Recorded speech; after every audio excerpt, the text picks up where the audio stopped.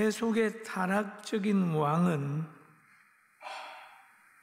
자신의 평안과 권력의 연장을 위하여 백성의 자유와 인권과 행동을 통제하고 삶을 불편하게 만들어요. 백성이나 권력, 조직 모든 것을 자기를 위하여 존재하게 만든단 말이에요.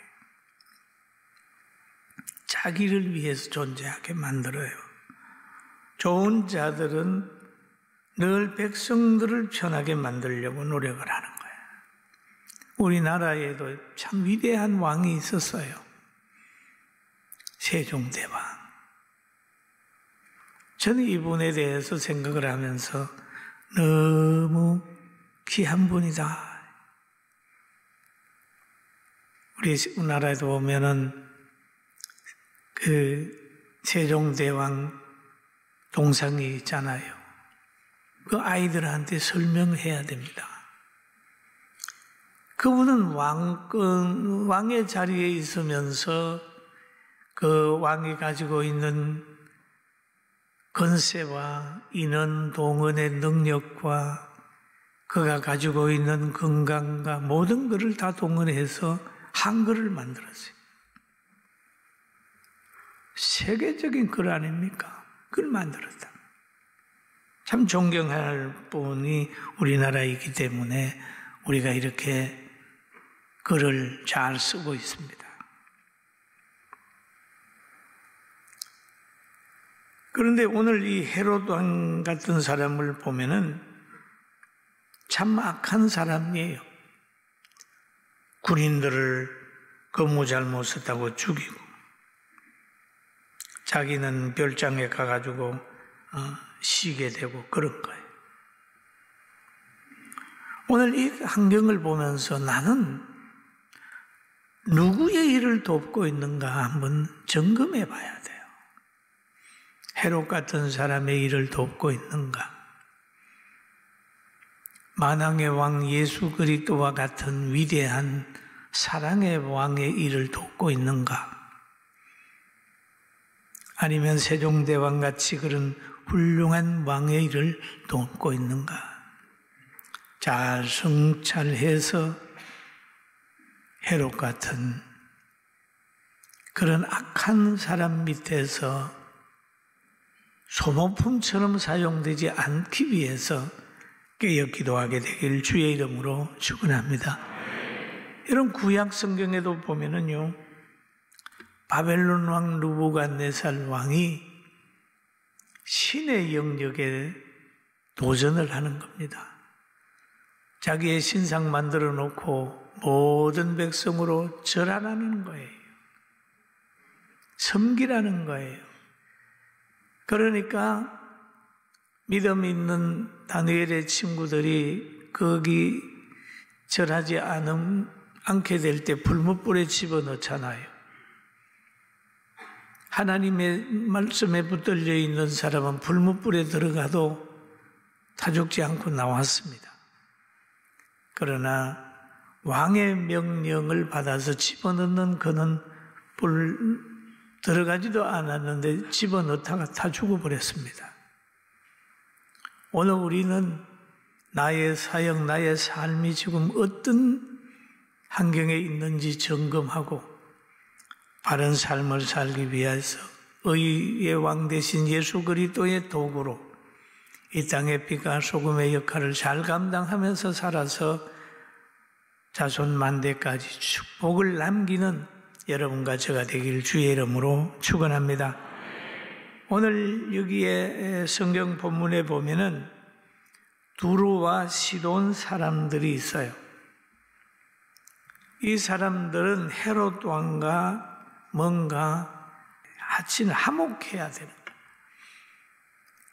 그런데 헤롯 왕이 백성을 향하여 연설을 할 때에 이들은 막 신의 소리라고 그렇게 떠받드는 거예요.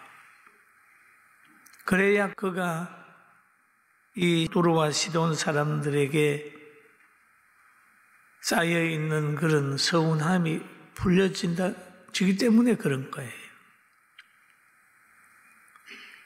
여러분 언제든지 약자는 강자의 비율을 맞추려고 그럽니다.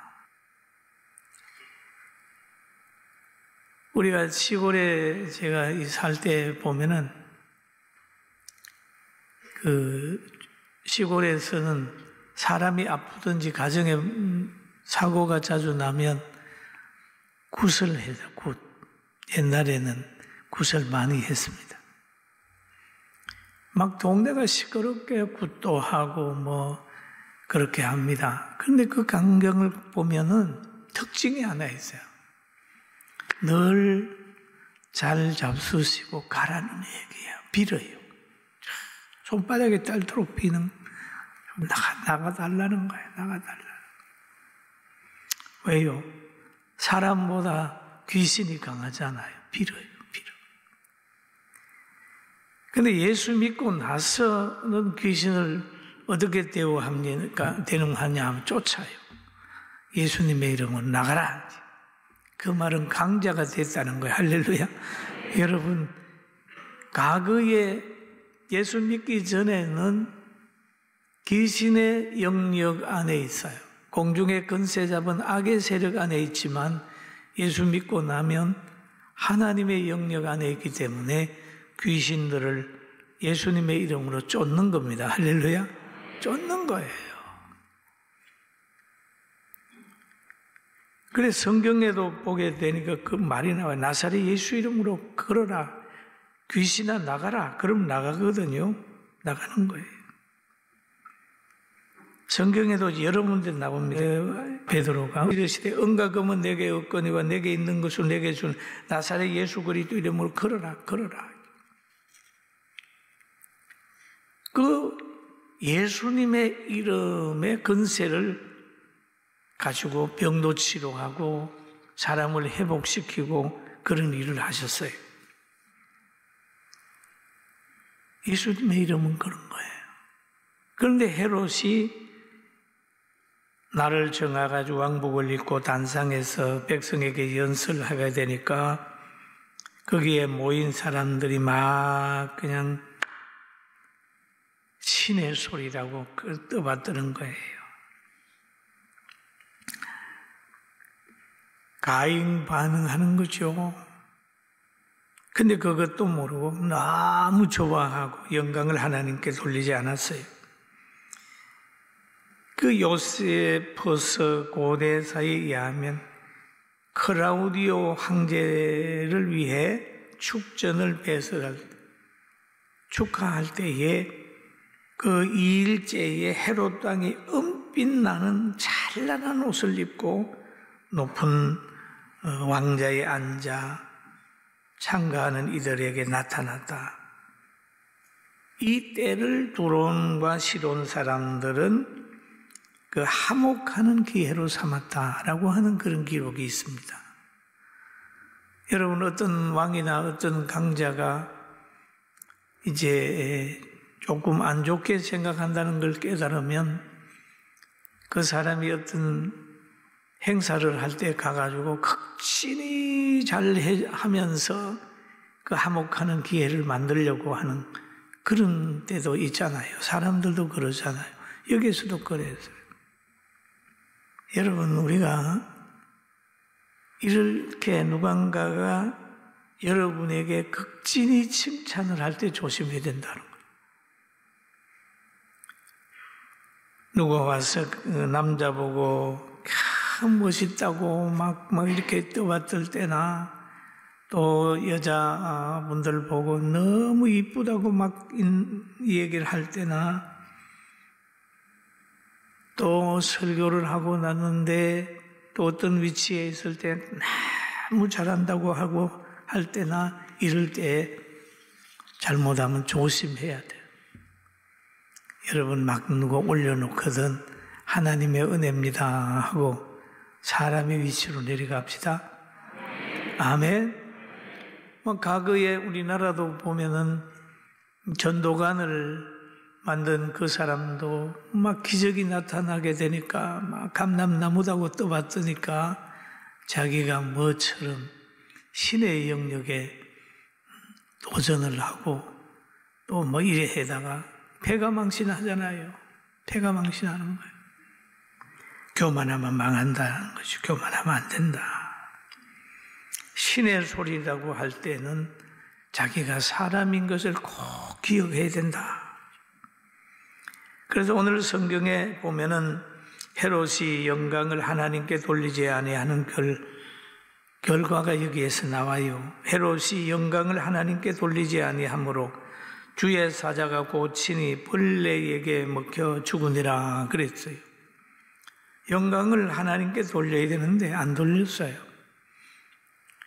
이걸 보면 하나님의 통치는 신자와 불신자 모든 것을 다 하나님의 통치 영역 안에 들어가 있는 겁니다. 그런데 헤롯은 막 교만해졌습니다. 교만해. 잠언서 16장 18절에도 보면은 그런 말씀이 있어요. 교만은 패망의 선봉이요 거만한 마음은 넘어집의 앞잡이라고 얘기를 합니다. 우리가 잘 아는 일본이 미국의 원자탄을 맞음으로 2차 세계대전 때에 일본이 미국에게 항복을 하잖아요. 항복을 하는데 그럴 때에 일본 천황이 지금 항복을 해야 됩니다. 메가더 앞에서 항복 선언을 하는 거예요. 그럴 때 일본의 천황은 신이 사람의 옷을 입었다. 이래가지고 하나의 우상처럼 됐어요. 천황은. 신이라고 합니다. 이럴 때에 메가더 장군이 그랬다는 겁니다. 나는 신에게 항복을 받을 수 없으니 천왕이 신이 아니요 사람이라고 공포한 후에야 항복을 받을 것입니다. 나는 신에게 신을 항복시킬 만한 그런 사람이 아니잖아. 그러니까 천황 당신도 선언하라는 거예요. 나는 신이 아니요 사람이라 라고 공포하라는 거예요. 그래서 그가 그렇게 공포를 한 후에 항복을 받았다라고 하는 그런 말이 있습니다. 참 메가더 장군은 자신의 분수를 아는 위대한 장군이었다. 신의 영역은 도전하지 않겠다고 하는 그런 마음이 있었다. 그렇게 보는 거죠. 사람이 신의 자리에 있는 것은 매우 불행한 거예요. 그 자리는 하나님의 징계를 받는 장소거든요. 망하는 장소입니다. 절대 신의 장소에 머물지도 말고 신의 영역에 도전도 하지 말아야 돼요. 할렐루야. 신의 영역에 도전하면 망하죠. 신의 영역에. 여러분 교회를 도전하는 거라든지 예수님께 도전하는 거라든지 다 망한 거예요. 로마가 그렇게 하려 하고 권력이 있었지만은 예수님의 신의 능력에 도전하는 사람들은 다 망했잖아요. 망합니다. 절대 신의 영역엔 도전하면 안 돼요. 그런 교회는 신의 영역 속에 있는 거예요. 여러분들은 신의 영역 속에서 우리는 보호받고 있는 겁니다. 할렐루야. 믿습니까? 신의 영역에 보호받는 거예요. 그리고 하나님께서 우리에게 복을 주시든지 높여놓을 때는 늘 영광을 하나님께 자꾸 돌려야 돼요. 영광을 하나님께 돌려야 돼요. 성경에도 보면 그런 정도이가 먹든지 마시든지 무엇을 하든지 하나님의 영광을 위해서 하라 그랬잖아요. 영광을 도둑질하면 안 돼요. 영광을 하나님께 돌려야 돼요. 예수님의 수제자 베드로를 보면은 참 귀한 분이었어요. 어느 날 고넬로의 가정에 하나님이 보내서 갔는데 고넬로가 베드로를 대할 때에 신의 영역으로 대한 겁니다. 그 앞에 넙적 엎드려가지고 내가 하나님 앞에 있습니다. 말씀해 주세요. 그러니까 사도행전 10장 29절에 보니까 이렇게 하잖아요. 같이 읽어볼까요? 시작. 베드로가 일으켜 이르되 일어서라. 나도 사람이라. 나도 사람이라. 나도 사람이라. 라고 하는 말 속엔 나도 죄인이야. 나도 부족한 거야. 나는 그냥 하나님 말씀 심부름꾼에 불과해. 라고 하는 겸손한 마음을 가진 것입니다. 그런데 헤롯이 신의 영광을 취하고 영광을 하나님께 돌리지 않았습니다. 그럴 때 하나님이 그를 갖다가 오늘 성경에 보니까 주의 사자가 곧 친이라고 얘기를 합니다. 벌레에게 먹혀 죽으니라 라고 얘기를 하죠.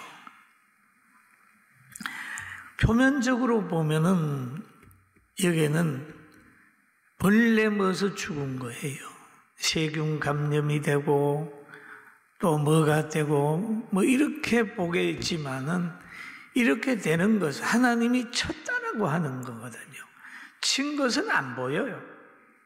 그런데 벌레 먹는 것만 눈에 보이는 거죠. 우리가 사탄이 들어왔는 건 안 보이지만 그 들어와서 역사하는 건 몸에 나타나잖아요. 하나님의 보호가 눈에는 안 보이지만은 몸이나 환경에 역사가 나타나는 거예요. 여기에는 하나님이 친 것이 나타나게 되니까 벌레 먹어 죽었다 그랬습니다. 그럼 하나님은 대적자들 교만한 사람을 칠 때 보면은 다양한 걸 이용하면 어떤 데는 사자를, 암곰을, 뱀을, 충이를, 바람을, 물을, 적군을, 심지어는 그의 마음의 양심의 가책을 막 일으키게 해가지고 자살을 하게도 만드는 거죠. 하나님의 징계는 그런 거예요. 그리고 여기에 또 보면 성경에 엘리사 선지자를 조롱하는 아이들이 있습니다. 열왕기하에 2장 24절에 보면 엘리사를 막 놀립니다. 번데머리 하고 동네 아이들이 막 놀리는 거. 아주 옛날에 동네에 거린이 들어오면 아이들이 막 돌을 던지고 막 쫓아내고 그러면 동네 사람들은 그걸 보고 그냥 있는 거예요. 그런 과거 아주 5, 60년 전에는요 그랬다고요. 우리나라도. 여기도 그게 문화가 썩어버린 거예요. 이 동네의 문화가 썩은 거예요. 선지자를 우습게 하는 문화가 생겨난 거예요. 그랬더니 엘리사가 돌아서 가지고 여호와의 이름으로 저주해버렸어요. 그랬더니 수풀에서 앙콤 2마리가 나와가지고 아이들 중에 42명을 찢었더라라는 말이 기록이 돼 있는 겁니다. 여러분, 하나님은 이렇게 악한 사람을 심판도 하시지만 하나님을 믿고 빠르게 살려고 몸부림치는 사람들을 또 이 모든 환경을 동원해서 돕기도 하십니다. 할렐루야. 아멘. 그러면 심판도 하시지만 하나님은 도우는 거예요.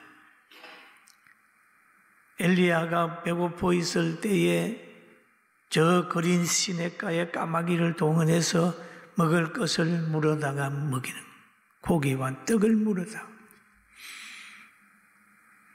또 예수님을 초청한 가나 혼인 잔치집에는 물이 변하여 포도주를 가되게 해서 그 잔치를 빛내줬어요.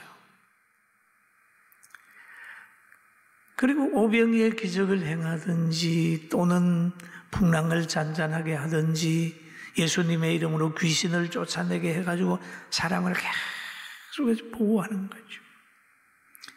여러분 징계받는 위치에 있지 말고 보호받는 위치에 있게 되길 주의 이름으로 축원합니다.